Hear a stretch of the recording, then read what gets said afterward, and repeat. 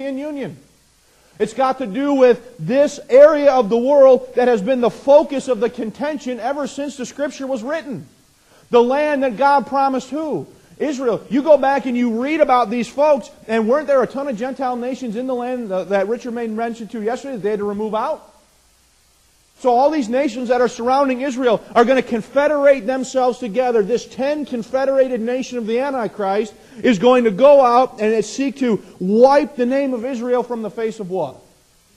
The earth. He's going to make war on the saints. Isn't that what it said in Daniel chapter 7? Now come back with me to Daniel 7. Come with me back to Daniel 7. So the ascent and consolidation of power.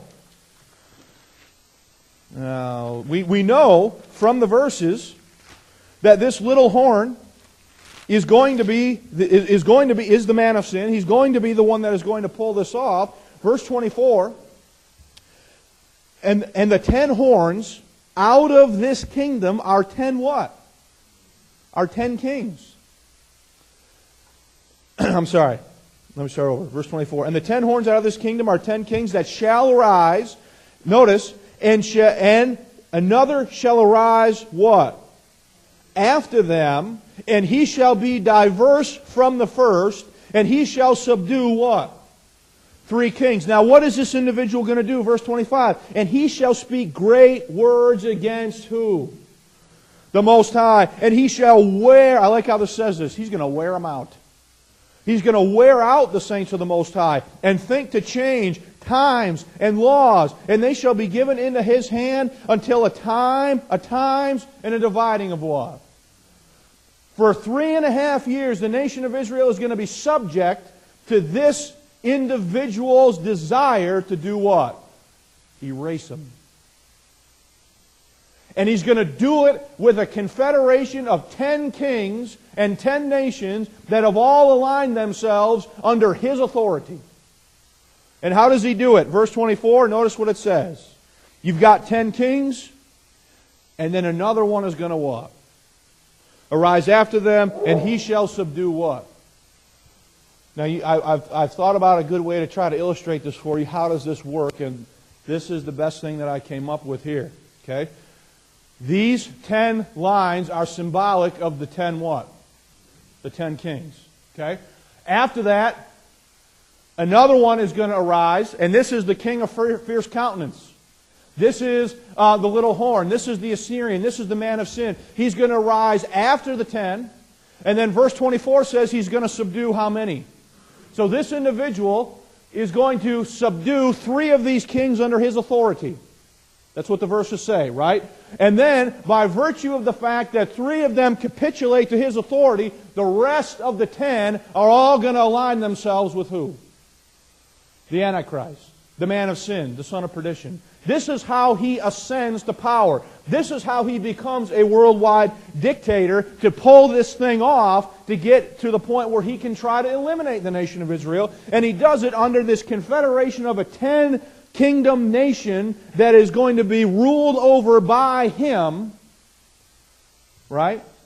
He's going to be destroyed, like it says earlier in Daniel 7. And are some of these guys going to live on beyond that? That's what it said back in verse 8. Now, how does he... Well, it's a couple more pieces we need here. It will be through a political platform of world peace that the man of sin will deceive the world and convince Israel to enter into a covenant with him. You need to know something. The next guy that brings lasting, quote, lasting peace to that situation in the Middle East is going to be the wrong guy. He's going to be the wrong guy. He's going to be the man of sin. He's going to be the wrong individual. Look at Daniel chapter 8, verse 25. How does he do this? Daniel chapter 8, verse 25. Daniel 8, 25. It says, and through his policy. Does he have a policy? What do you hear about all the time on TV? Well, my policy says what? Blah, blah, blah.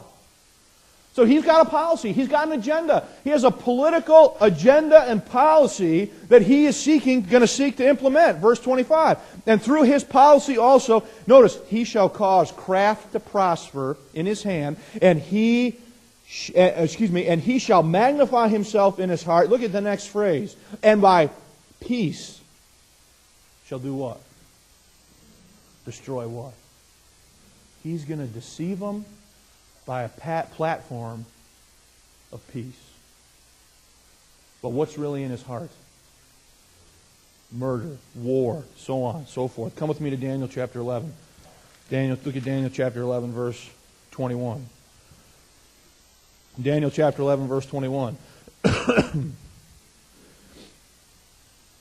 Notice, we don't have time to go through the whole context here, but verse 21, and in his estate shall stand up, I like this, a vile what? So again, he's a man, he's a person, to whom they shall not give the honor of the kingdom, but he shall come in how? Peaceably, notice, and obtain the kingdom by what? Flatteries. Come with me to Psalm chapter 55. This individual is going to, the man of sin is going to consolidate the power, his power base, through a platform and a policy of peace. And he is going to establish all of these things for the ultimate goal that he has of eventually eliminating who? Israel. And these 10 nations that have confederated themselves under his authority and aligned themselves with his power are all going to be in agreement with him about this. And they're going to go out during the second half of the tribulation, as we'll see in the next study, and seek to implement their plan. Psalm chapter 55, look at verse 15. Psalm chapter 55. For the sake of time, please drop down to, well, let's just read it. Verse 15, let death seize upon them and let them go down quick into hell, for wickedness is in their dwellings and among them. As for me, I will call upon God, and the Lord shall save me. Drop down to verse 20.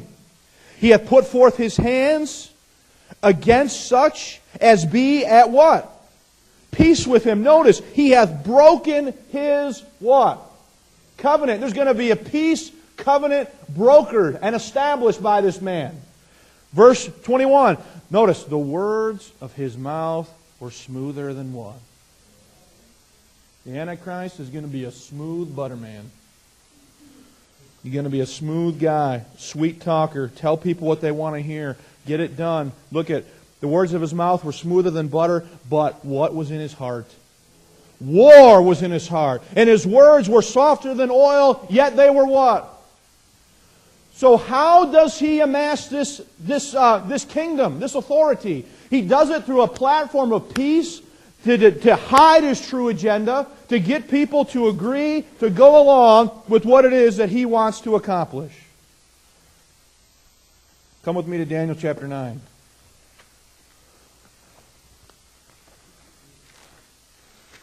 Daniel chapter 9. I hope I'm not talking too fast this morning, but I still have like 2 more points that I got to try to cram into 10 minutes. Daniel chapter 9, look at verse 26. Daniel chapter 9 contains the prophecy of the 70 weeks. Okay? The prophecy of the 70 weeks of Daniel. In verse 24, he says, 70 weeks are determined upon thy people and thy holy city, to do a few things. Verse 25, know therefore and understand that from the going forth of the commandment to restore and build Jerusalem unto Messiah the Prince shall be 7 weeks, and 62 weeks. I'll talk to you a little bit more about that in a few minutes. The street shall, notice though, and the street shall be rebuilt again, and the wall, even in what kind of times? Troublous times. And after 62 weeks shall Messiah be cut off. Notice, but not for himself. And the people of the prince that shall what?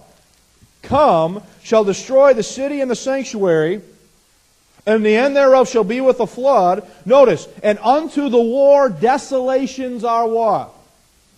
Is there going to be a war that's occurring in that time period? What does the next verse say? And he shall confirm the what? What did the verses we just looked at say? That he was going to form a covenant and then what? Break it.